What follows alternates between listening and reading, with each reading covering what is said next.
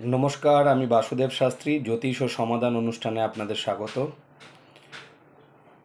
আর এক মাস পর আমাদের সকলের আকাঙ্ক্ষিত দুর্গাপুজো। দুর্গাপুজোর তিথিগুলি কিভাবে আপনারা পুজো পাঠ করলে ভালো থাকবেন সে সম্বন্ধে আলোচনা করব। প্রথমে আমরা আসি নবদুর্গার 9টি রূপ নিয়ে। আমরা জানি মহালয়ের পরদিন থেকে দেবীপক্ষের প্রতিপদ, দ্বিতীয়া, তৃতীয়া, মহাচতুর্থী, মহাপঞ্চমী, মহাষষ্ঠী, মহাসপ্তমী এইভাবে চলে। মহালয়ের পরের দিন থেকে প্রতিপদ থেকে নবমী, এই যে 9টি তিথি, এই 9টি তিথিতে যারা উপাসক, যারা সাধক, তারা নবরাত্র পালন করে এবং প্রত্যেক দিন এক একটি দেবীর পূজাপাঠ আমরা করে থাকি। এই নবদুর্গার রূপগুলো হচ্ছে শৈলপুত্রী, ব্রহ্মচারিণী, চণ্ডঘণ্টা, কুষ্মাণ্ডা, স্কন্দমাতা, কাত্যায়নী, কালরাত্রি, মহাগৌরী এবং সিদ্ধিদাত্রী। এই 9টি রূপ আমরা নবরাত্রে এক এক দিন পালন করি। তো প্রথম রূপ হচ্ছে শৈলপুত্রী। এই শৈলপুত্রী রূপ সম্পর্কে এবং উপাসনা সম্পর্কে আপনাদের জানাবো। নবদুর্গার প্রথম রূপ হচ্ছে শৈলপুত্রী। পর্বতরাজ হিমালয়ের গৃহে জন্ম নেবার জন্য শৈলপুত্রী নাম হয়েছে।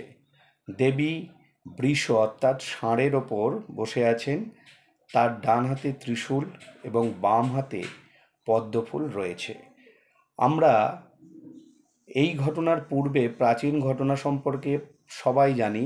দক্ষ যজ্ঞের ঘটনা, যে দেবী দুর্গা দক্ষরাজ প্রজাপতি দক্ষের ঘরে জন্মেছিলেন সতী নামে।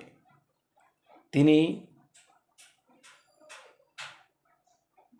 তার পিতার প্রিয় থাকা সত্ত্বেও তার স্বামীকে দক্ষরাজ পছন্দ করতেন না, তাই শিববিহীন যজ্ঞের আয়োজন করেছিলেন এবং এই শিববিহীন যজ্ঞের আয়োজন করা সত্ত্বেও সতী সেখানে উপস্থিত হয়েছিলেন এবং শিবকে বাজে কথা বলার কারণে বা পতির অপমানের কারণে সতী অগ্নিতে প্রাণ বিসর্জন দিয়েছিলেন। এ ঘটনা আমরা হিন্দু হিসেবে প্রত্যেকেই জানি এবং এর ফলে আমরা জানি 51 সতীপীঠের সৃষ্টি হয়েছে, যেটা আমাদের তন্ত্রমার্গের বা শক্তিমার্গের জন্য, উপাসনার জন্য খুবই দরকারি ক্ষেত্র। তো সেই সতী যখন সতী রূপে দক্ষরাজের কন্যা রূপে দেহত্যাগ করেন, তার পরবর্তীতে সতী শৈলরাজ হিমালয়ের পুত্রী হিসাবে, শৈলপুত্রী হিসাবে জন্মগ্রহণ করেন। তার আরও নানা রকম নাম আছে, পার্বতী, হৈমবতী ইত্যাদি। তিনি এই জন্মেও মহাদেবের সাথেই মিলিত হন বা বিবাহ করেন। শৈলপুত্রী দেবী দুর্গা দেবীর যে শক্তি, সেই শক্তির অধিষ্ঠাত্রী। এনার অনন্ত শক্তি এবং এনার মহত্ব প্রচুর। তো এই দেবীর পুজো আপনারা অবশ্যই জবা পুষ্প, আপনার পদ্মফুল দেবেন, রক্তকরবী পেলে রক্তকরবী দেবেন, বিভিন্ন প্রকারের মিষ্টান্ন এবং ফল দেবেন। তিথির মধ্যেই পুজো করার চেষ্টা করবেন। দেবীকে সন্তুষ্ট রাখার জন্য আপনারা সংযম পালন করবেন। এই দেবীর কৃপায় সাধক শক্তি, সৌন্দর্য, আর্থিক উন্নতি লাভ করে।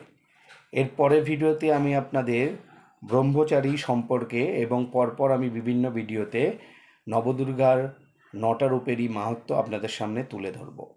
যদি আমার এই ভিডিওটি আপনাদের ভালো লাগে তাহলে অবশ্যই লাইক করবেন, শেয়ার করবেন, কমেন্ট করবেন।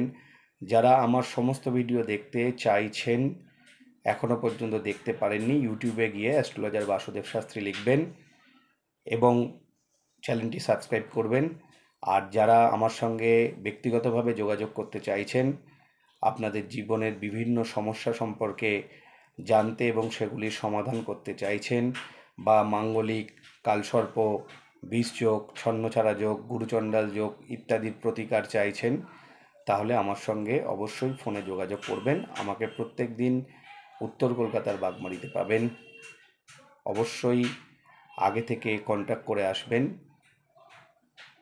ভালো থাকবেন। নমস্কার।